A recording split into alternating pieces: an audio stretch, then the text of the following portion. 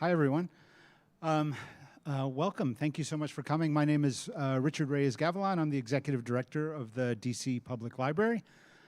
So glad that you are all here with us tonight for a really special evening with George Pelecanos. Welcome home, George. Um, Is it working? Yep. You got it. Before we start, just a couple of acknowledgments. I want to thank the DC Public Library Foundation for supporting tonight's author talk, as well as so many of the author talks that we do here. Susan Haight, the co-president of the foundation, is in attendance, as is Rob Hartman, the director of the DC Public Library Foundation. I was telling George that, one of the newer practices that we have for some of our signature author talks is to work with a local independent bookstore to purchase certain numbers of copies of the book, and I think it helps bring in a few more folks. It helps our local businesses, and I think it's money well spent. So thank you, DC Public Library Foundation, and David Quick, who's our coordinator of adult services, who's always helping with bringing great authors to the library. So welcome to the MLK Library. I'm going to introduce George, but they're, I think, among the authors who need very little introduction, especially in Washington, D.C., is George Pelecanos. But I love the bio that has been read for him in a number of his other interviews. It starts with some of the jobs that he's worked in his life, and I think it speaks a little bit to the characters that you've developed and the respect and love that you've got for your characters. But he's been a line cook and a dishwasher and a bartender and a shoe salesman, and he did all these things before publishing his first novel in 1992. Buster, the novella that we're going to be talking about tonight, is his 23rd work, and he's got other story collections. He's been anthologized all over the place. He's, of course, the creator or writer or producer for television and film, notably The Wire, Treme, The Deuce, We Own This City, all phenomenal shows. George is a former member of the DC Public Library Foundation, so we're really proud that he is a... I didn't do much. We're going to talk a little bit tonight about why the library is special to George and how it has creeped increasingly into his fiction. It's always great to see that. As I mentioned, he's won tons of awards, been nominated for tons of awards, and anyway, we are thrilled to have him. So please join me in welcoming George Pelecanos. Thank you. I guess we decided a couple of weeks ago that in addition to talking about Buster, the novella, George has got another collection that was just published in February called Owning Up, and that is a collection of 4 novellas. So you guys get 5 novellas tonight for the price of admission. And we'll figure out how we can do that. Normally we talk about one book, but we've got 5 stories, and we'll let you figure out how we want to do that. Okay. Yeah. So welcome, George. Just let me Thank you. check in. How are you doing? I'm doing great. Thanks. I'm home. You are home. All right. How do you like the new MLK Library? When you were on the foundation board, you were in the pre-version of what we've got now. Yeah, it's great. I came down, 6 months ago, and I just took a tour myself everywhere. It's fantastic. It's really great. There you go. So I guess my opening question maybe, and this could apply to both these books, George, they seem to be a departure from the crime novels that most people are familiar with.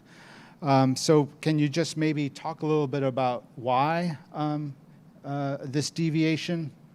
Yeah, I wasn't trying to do something different. It's just that those 5 stories sort of knocked on my door, and now at this point, I never became a brand name, so it's not like I'm beholden to a publisher or anything to write a certain kind of book, and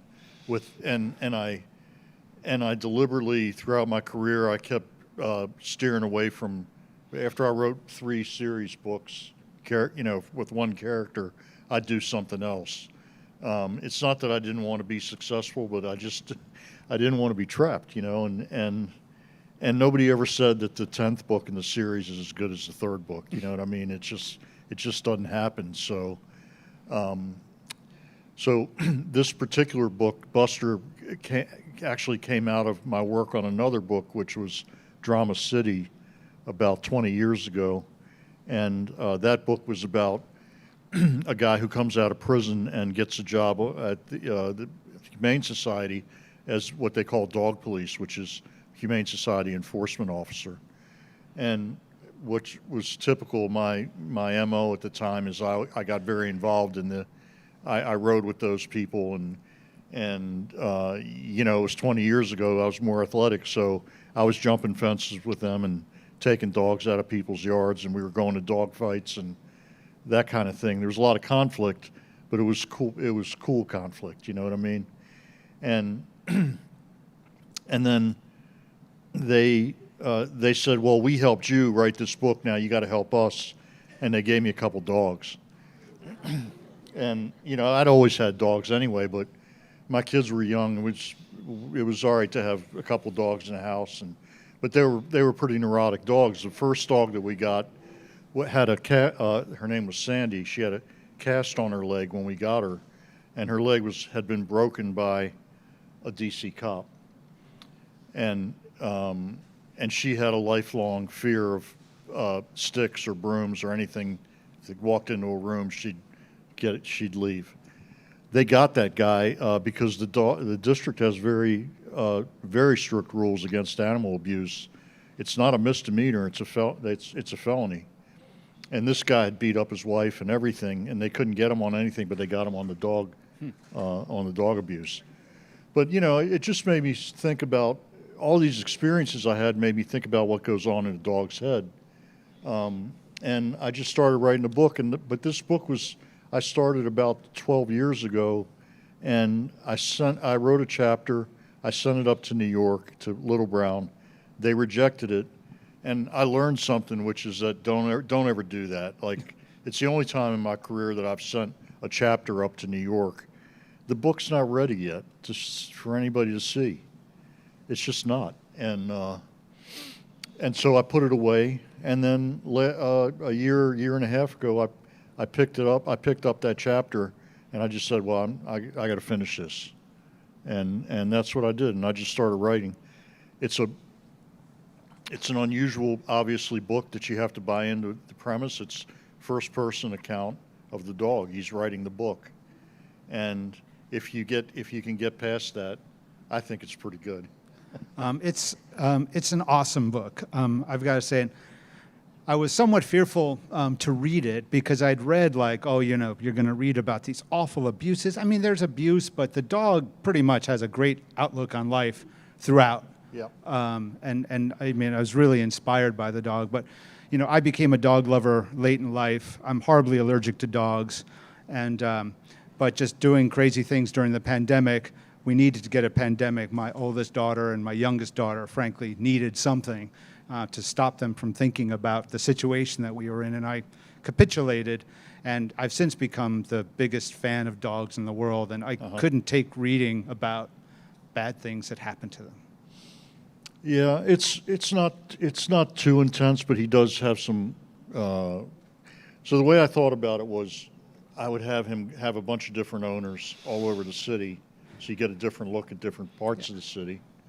And his first home is in the public housing in Southeast, in a complex there, which is actually the most loving home in his life, because he's a puppy. He's with his mother and his siblings, and a dog doesn't know if the family's poor or not. I've always said that all anybody needs is a roof, food in the refrigerator, and love in the house, and then they got everything they need. And that's where it starts off. And then he has a very abusive owner for a while. It's probably the most horrific part of the book. And he goes through a lot of different people. He ends up at the shelter on New York Avenue, which is a kill shelter. Humane Society don't want me to use that word, kill shelter, but that's what it is, you know. And at one point, he's owned by a big marijuana dealer in the district who treats him like a king. And hence if you see the name Buster, it's like those are diamonds. This guy gets him a diamond collar with his name on it, and it's probably the best time of his life. You describe it, he's riding with the top down, Monte Carlo, music is blaring. It's Right, really on U just Street. It's life out there. They're listening to Go-Go, overnight scenario. And if you can picture the owner in the driver's seat of this Monte Carlo and the dog, and both their heads are going like this to the Go-Go beat. there's That's got to a be key scene. a movie in here somewhere.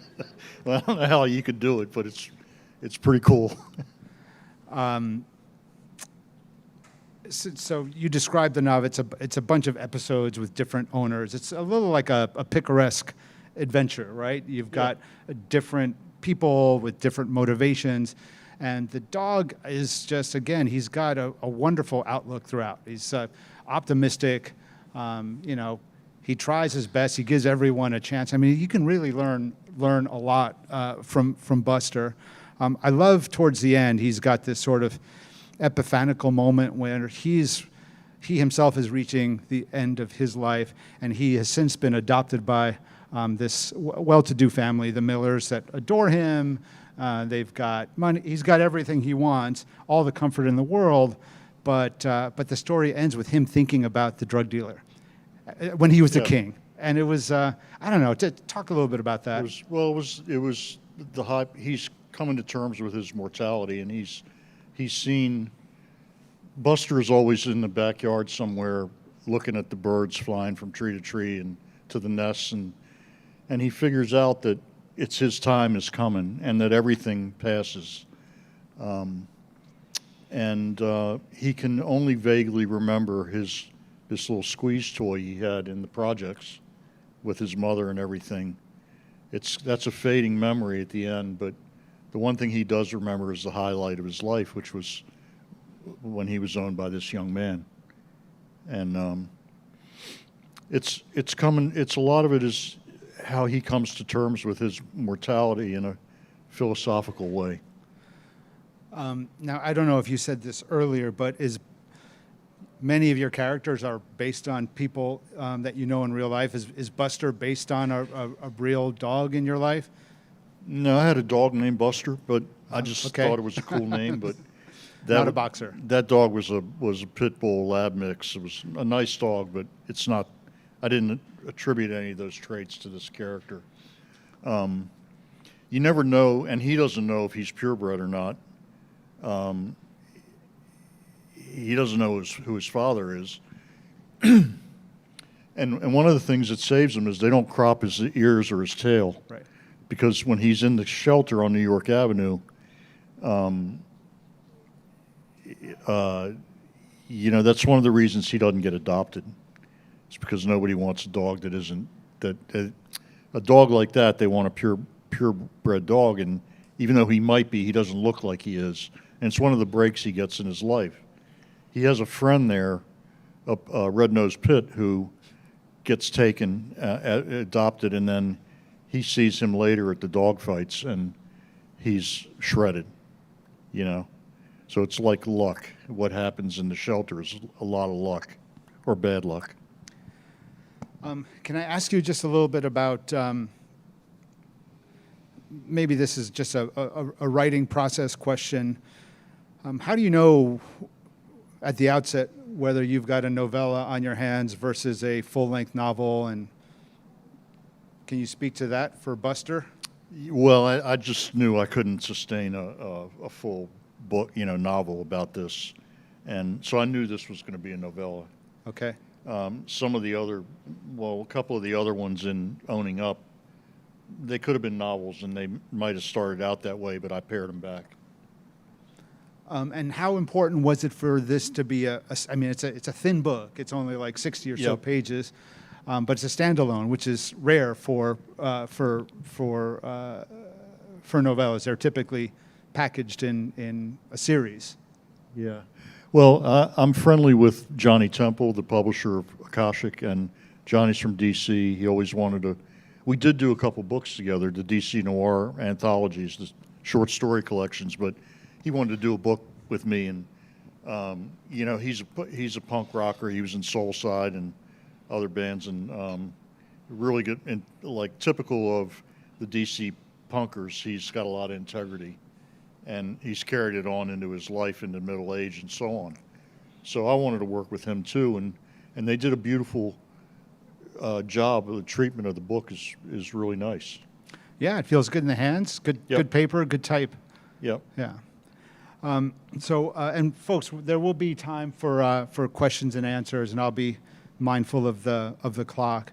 I'm going to jump around a little bit because I think that there's some really interesting stories that I want to ask George about in the other book. So the other book is called Owning Up, and Owning Up is also a series of 4 novellas.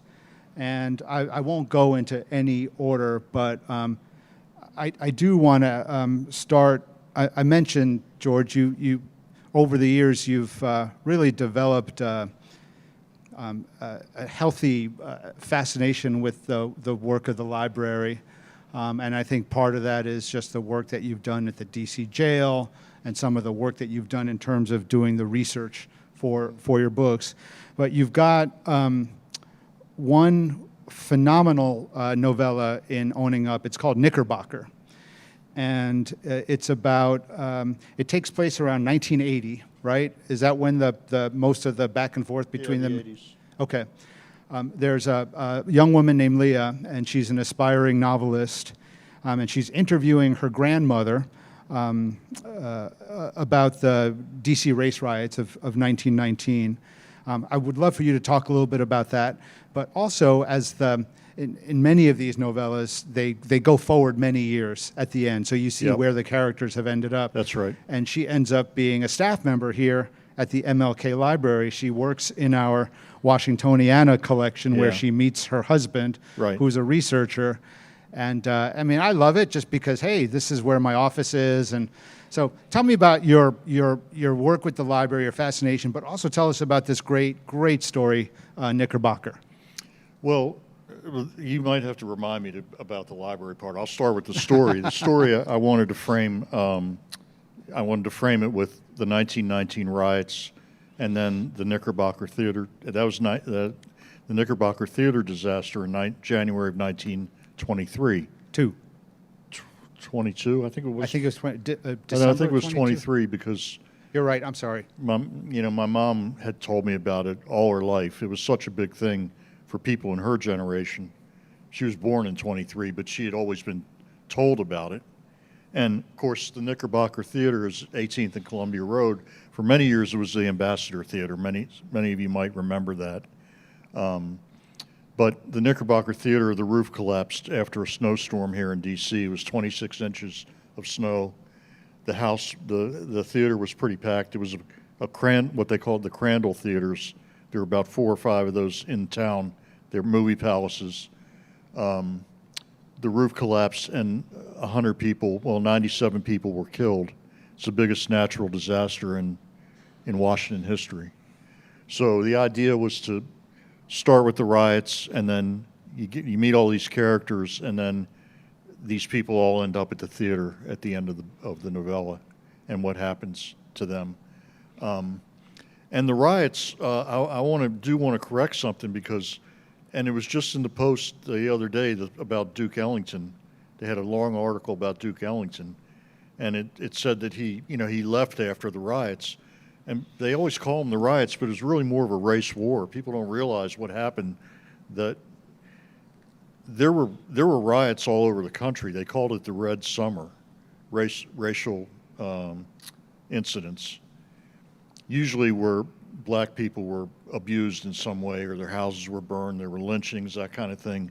In Washington, black Washingtonians fought back, and it was 3 days of a war here, and there were 27 people killed, I think, in those 3 days, black and white.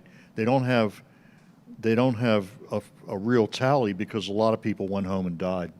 They didn't want to go into the hospitals. They didn't want to get arrested, that kind of thing. And this all happened when Wilson was president. It's one of the reasons Wilson High School just recently got renamed. He resegregated the government here, and on top of that, there were a lot of young black men who fought in World War I who came home. They were in the city. There was a lot of other servicemen in the city, and few jobs, and there was a lot of tension there. If a black person got a job, the white person's typical response was, "They're taking our jobs." It sounds familiar, right? And so a guy got into an argument with a woman. Black guy got into an argument with a white woman, and nobody really knows what happened. He didn't assault her like sexually or anything like that, but the story went around like the telegraph, and then mobs of whites went into Bloodfield, places like that, and they started beating people up, and it lasted for 3 long days. And the only thing that really put an end to it was the rains came, literally. You know, like there was a huge thunderstorms and people dissipated and went away. But the conceit of the thing was that this woman's writing a novel and she's interviewing old people who were involved. And she finds the black dishwasher at her father's diner on H Street is an old man now, and her grandmother is old, and she worked there as well, so she knew this guy, but it's their 2 different perspectives on these events. And so anyway, it also kind of describes my experience of coming here in those. When I was writing my first book, I spent a lot of time upstairs. I didn't have I don't even know if there was the internet yet, but if there was, I couldn't afford a laptop or a computer anyway. I did everything here. And this place was a godsend for me. In my first 2 or 3 books, I was up there on the microfiche machines, just discovering things. And that's one of the reasons I love this place so much. It was really instrumental in helping me write my books.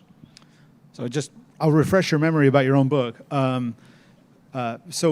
Leah is trying to publish a novel, and I actually don't remember if she does, but at the end of the day, I think she just realizes that fiction isn't her thing. But she is enthralled with this place, the library, based on all the research that she'd done, and she comes back to work here and ultimately finds happiness, which, you know, I found very validating as a frustrated non-writer. Yeah. Well, she knows what she's written isn't really very good. Yeah. But there's a victory in having written something. Absolutely. And she finishes it, and she pulls the manuscript out herself at the end of the book. She's an old woman. Deviating from the books themselves, I mean, you know, the centenary of both the race riots and the Knickerbocker disaster happened, you know, relatively recently. I was pretty surprised that they didn't make a tremendous amount of news. You know, I find that in other places, when there is a major anniversary of something horrible that happened, that it's part of the collective memory. And I didn't find that here. I mean, if you go by I guess most recently the Knickerbocker was the SunTrust Bank at Columbia and 18th, which is now being turned into housing and maybe some retail. I don't believe that there's a marker there, which is staggering, right? I mean, Yeah. I don't know why. I don't know either. The Post isn't helpful because they don't really write about this stuff. I mean, that's one of the reasons I write these books. Is I wrote the Night Gardener because people had forgotten about those poor girls who were killed by a serial killer, the Freeway Phantom, in the 70s. Nobody ever talks about them. They still talk about the Lyons sisters, but they don't. There was 8 girls killed in the 70s by one person who's never been found, and they were all black girls on. Most of them were from Southeast and Northeast. There were a couple from Northwest, but they never talk about that. And I guess the Post wants to be a national paper, and who knows what they're doing over there. But To be fair, I do believe that there was at least one article commemorating the disaster. I don't know if it was a John Kelly piece or something similar, but it just didn't feel like enough considering the gravity of the event. I mean, if anybody would write about it, it would be Kelly. But now he's gone too. Yeah, he owes me an email, by the way, because I want him I'll to. tell him. I want him to work for us. So speaking of like the historical incidents that have influenced owning up, the title story, Owning Up, also centers a major disaster that took place in D.C., which was the Hanafi siege Yeah. of the district building, the B'nai 77. B'rith and Islamic Center in 1977. Yep. This, I've read, is the most autobiographical thing that you have, I don't know if it was anything ever written, but certainly in these stories. Yeah, it's pretty autobiographical. It's kind of describes my life in the 70s as a teenager. And of course, we used to, so the murders were in 73 at 16th and Van Buren. You can still go by the house. It's a big stone house there. And, you know, well, I'd be driving with my parents to church, but my dad would always point it out. Oh, that's where it happened, you know. And if you were around then, it was kind of haunting. I mean, they killed children in that house. They drowned them in the bathtub, and one baby was drowned in the sink. Others were stabbed and shot. And the guy whose family he was the target. He wasn't there. He came back in '77 and led the takeover of the district building, B'nai B'rith, and the Islamic Center, because those guys that murdered all that family, they were never really brought to justice. You know, some of them got off, others just went to jail, but nothing really happened to them, and he was enraged, and so when that happened, the city was at a standstill, and one of the famous things that happened was Marion Barry was shot. He was a councilman at the time, and it sort of made him famous because he kind of John Wayne'd it. He walked out of there, and in the same way that when Reagan was shot, he kind of walked into the hospital, and but it's really so this kid who is sort of based on me. He's a Greek American kid. He's got a Jewish girlfriend whose father is one of the hostages. And I have a friend whose father was a hostage at B'nai B'rith at the time. But he's a little thoughtless. You know, he knows what's happening with this girl and her family, but instead of doing that, he goes off with his friends and breaks into an apartment and just gets into a bunch of trouble that day. And it's kind of based around that time and what it was like with my parents at the time, because my sisters were older than me and they went away to college, and I had sort of an unusual background at that time because it was just me and my parents, and I loved it. You know, I had a good childhood. I gave my parents a lot of help, but they always were. We had a loving house, and it was a way for me to pay tribute to them and my family and what it was like. So the character Nick almost does something horrific, or he's just, he's hanging around with just kind of a knuckleheads. Like nobody's really bad or evil. Yeah. And they're looking for an easy score. And you've said that this reminds you of the sort of the knuckleheads that you would hang around with, and maybe the hero worship that you shouldn't have had for some of the older folks that were maybe not the best influences on you. Yeah, it's true. I mean, the incident in the book, we broke into this guy's apartment just because he was an older guy who was dating a girlfriend of ours. Not a girlfriend, but a girl who was a friend of ours in high school. She was 17, he was like 33, so we thought he was a creep. And when she broke up with him, back in those days, you'd take your records over to your boyfriend or girlfriend's place and you'd play records and whatever you were going to do, and he kept the records. And so we were just getting high one day, and we said, let's just go over there and get them. We'll get her records for her. So we went in there, we broke into his apartment. I just had coffee with her recently. She told me something. If I'd remembered this, I would have put it in the book, but he was one of those guys that had swords crossed on the wall, like real swords. And she said that me and this other guy, this other dude I was with, we took the swords off the wall and started sword fighting in the middle of his apartment. Keep in mind, like if the police had come, we would have been, locked up, right? But that's the mentality that was in our heads at the time. Your heads are just like scrambled, man. Like we took his weed too. She reminded me of that.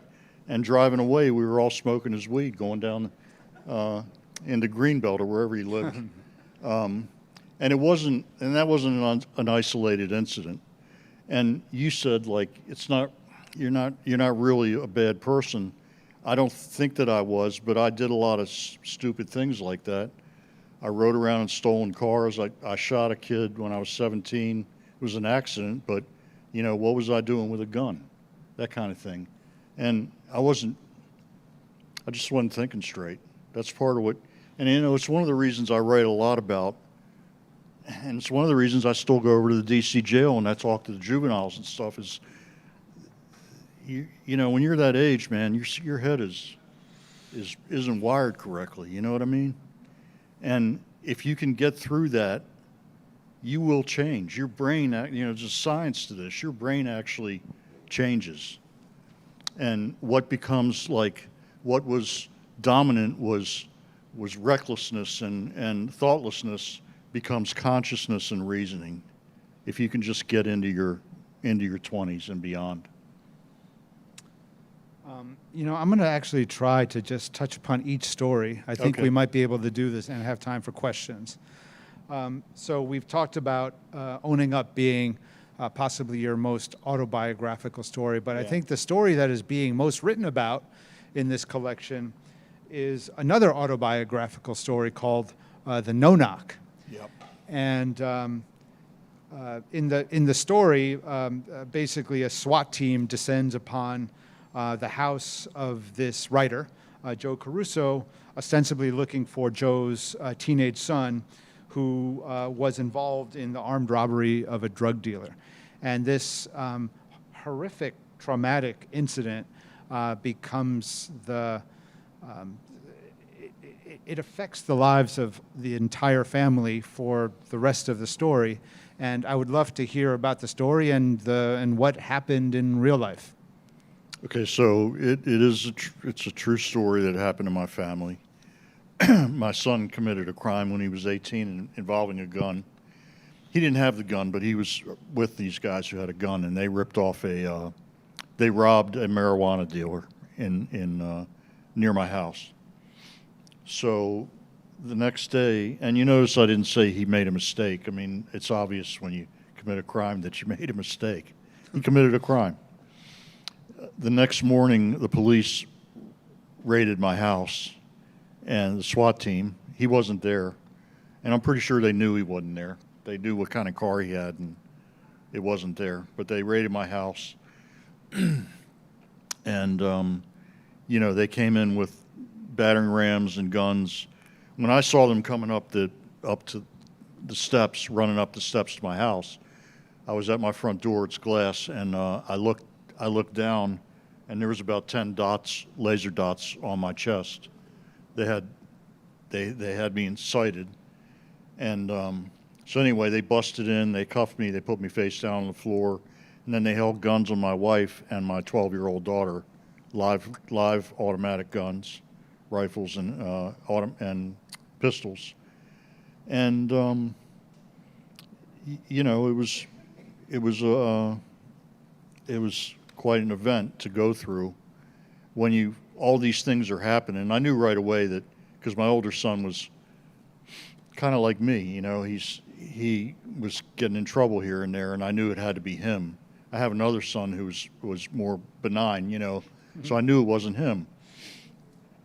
But they sat me down, and I sat my wife and I down, and I read the warrant and all that stuff. And the guy was kind of abusive. He was like, "Hey, you know, that's a real pretty watch you got up on your dresser, or what is that, a tag? And that's some real expensive liquor you got in your dining room." And I was like, I don't know why you're doing that, but somebody stole jewelry from my house that day. It was my son's crucifix, his baptism crucifix. That was gone. And so why did I write the story? Well, I wrote it, I let a lot of time pass. It's been 15 years since that happened. I wanted to let the time pass, to let the anger dissipate and all that. We went through a lot. My son was looking at 5 years in prison because any crime with a gun in Maryland is an automatic 5. It's an automatic nickel. So that was, that was a bad time in our house. It was a year before he went to trial.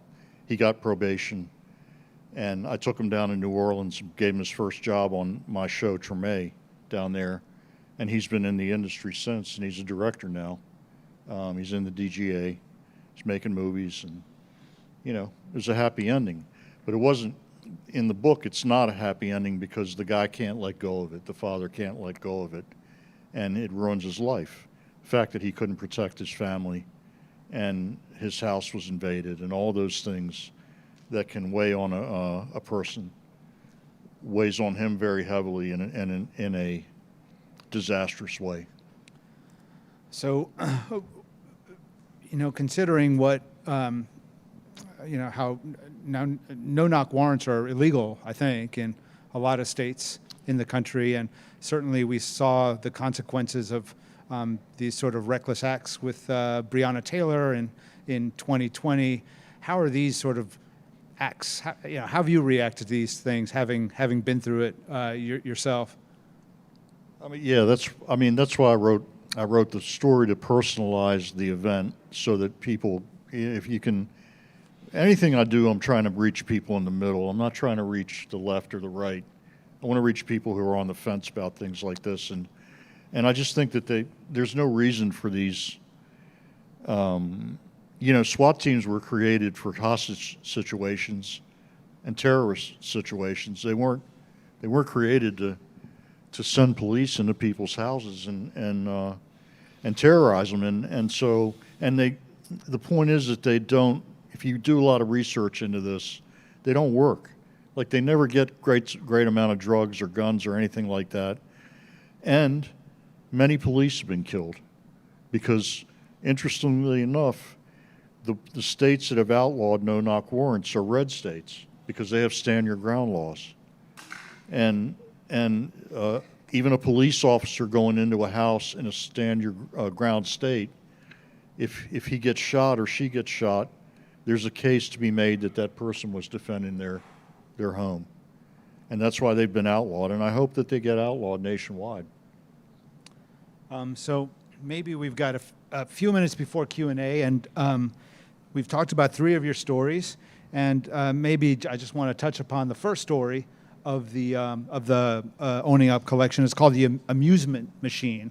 Yeah. And this one goes back to your interest in jail and folks that make bad decisions who are not necessarily bad people.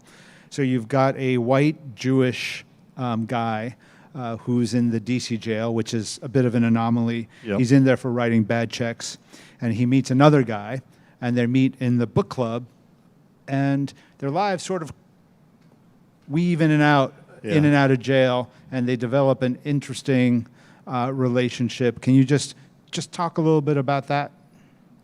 Well, the guy that's in there, like you said, the Jewish guy, he's not a bad person, but he's one of these guys that can't get out of his own way. And he keeps, the reason he's in jail, you don't go to jail for writing bad checks, but you do if you get arrested a bunch of times for it. Eventually you're going to go to jail. And as you know, the DC jail is not a prison. It's a holding facility for people awaiting trial, and also if you violate your probation, that kind of thing. So he meets this guy who got stopped by the police, and the guy he was riding with had an unregistered gun in the car. So they put him in jail, but he's not a criminal really. And he just wants to be an actor. And he gets these jobs as background, which is extras, on TV shows and stuff that are shooting, usually in Baltimore because things don't get shot here, for the most part. And the ne'er-do-well guy gets a job as an extra, and he meets him there, and their lives become intertwined again. But this guy pulls him in, the innocent guy, into a crime, inadvertently, really, and it goes from there. Yeah, so it's just this theme that you can just sort of get into trouble by virtue of just being in the wrong place in the wrong time with the wrong guy, and I've just found it to be interesting and sort of a running theme in your work.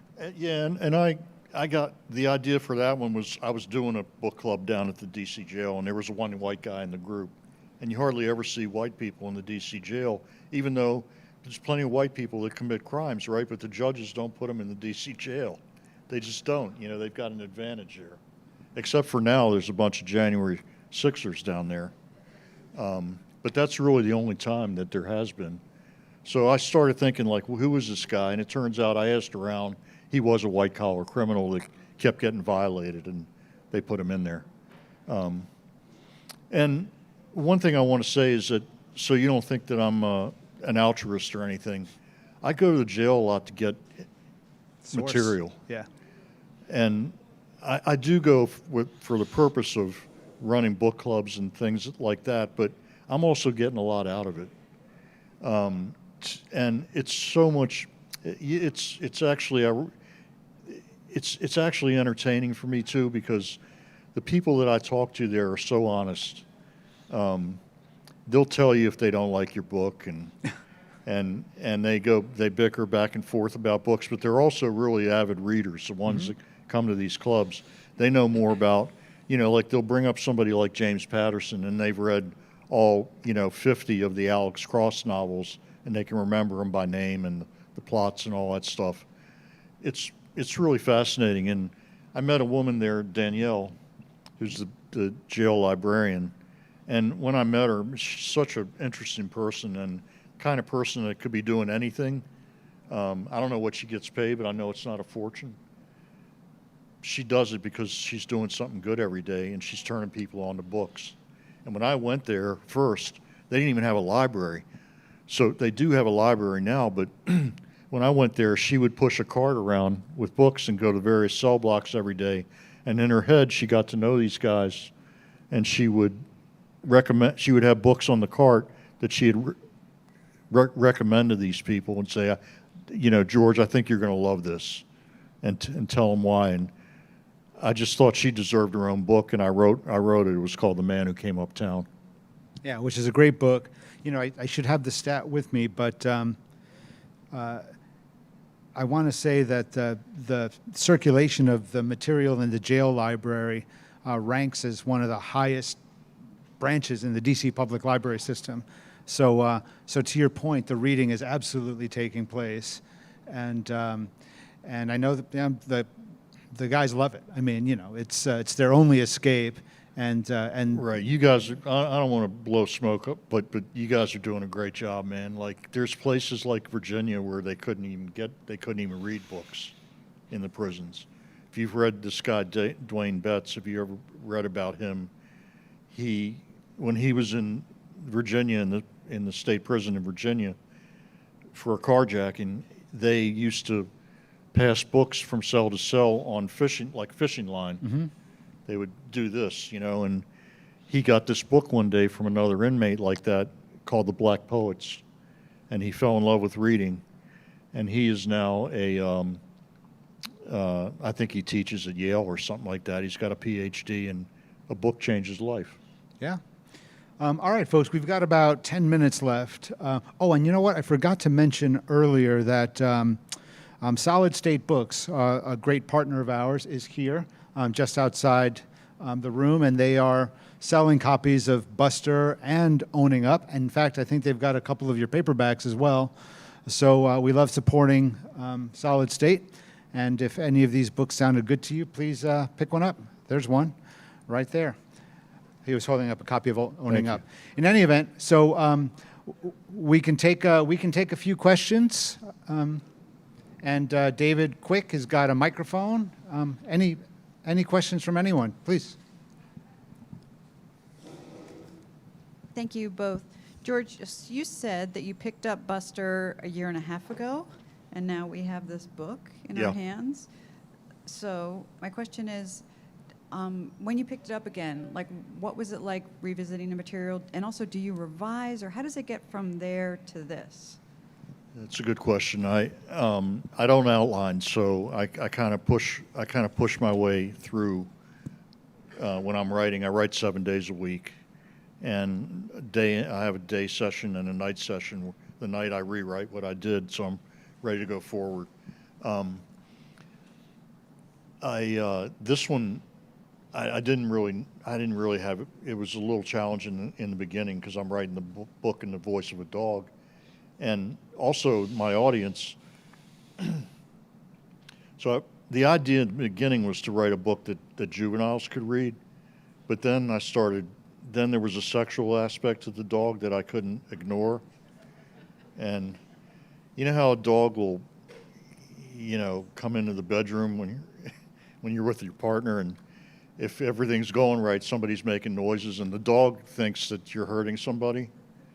I couldn't escape that scene, I just couldn't get it out of my head. So this book that was originally going to be for juveniles ended up being a book for adults, It mutated, and I had to write about his first experience too. I mean, when he finally figures out what's happening, he gets all hot and bothered, and he goes downstairs out through the dog door. He jumps the fence, and he finds somebody. He sniffs around because dogs can smell it from a mile away. You found another dog, not Yes. somebody. Okay. Just want to clarify that for you all. Yeah.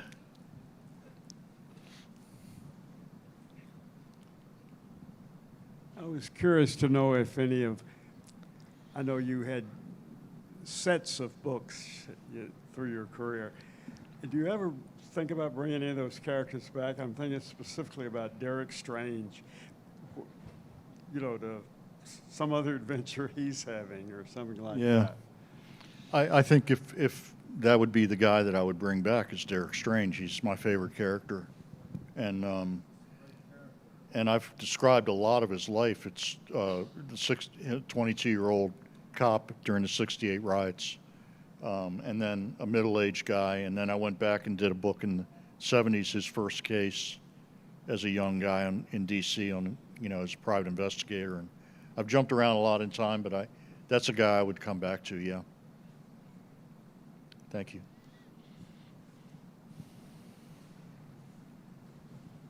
Hi. Hello. So what considerations go into your writing when you are writing about like residents in DC, especially with a book like Buster, where you have animal neglect or abuse and, trying to be mindful of not sort of like casting, like sweeping, I don't exactly Generalizations? Generalizations, Yeah. thank you, over like the community that you're writing about. Yep. I try to figure people out, and who they are as individuals, not where they live or what color they are or whatever, how much money they have or don't have. It's more about who are they. That's the that's the biggest hurdle when you're writing, is to figure out your characters, because once you do that, once you get past that, the book really does write itself, because the characters do things that they would do based on how you've created them. But to answer your question, it's always been my intention has always been to show people respect, and that means give them individual voices and not write them as part of a group. An example I always use is if I can tell a hack writer when all the black characters sound the same, and if you go into a room with 50 people of a certain race, whether they're white or black or Latino, and you close your eyes, there's 50 different voices in that room if you're listening, and that's what it's all about, is showing people enough respect. If you're going to write about them, show respect. Hi.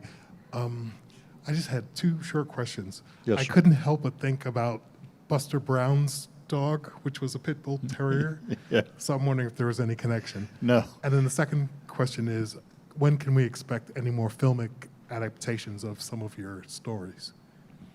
I'm working on that. I'm always working on that.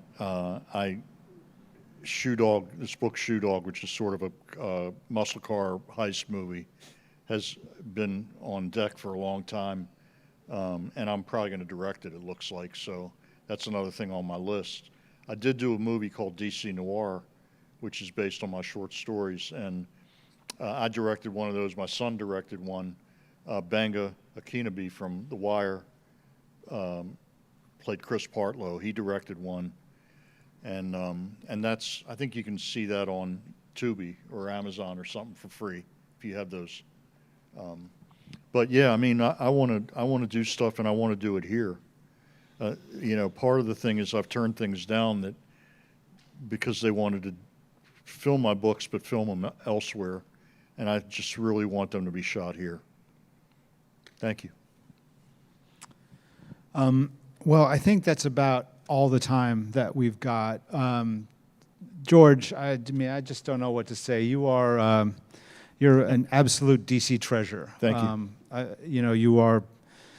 James Joyce has Dublin, and DC has or George, whatever. DC has you. You have DC.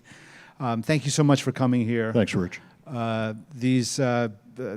These 5 novellas are fantastic. I hope that you got a taste of how good they are. So please do pick them up either through the library or through Solid State outside this room.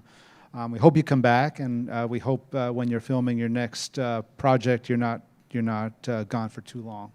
But Thanks. Thanks for Thank you coming all tonight. very much. Appreciate you.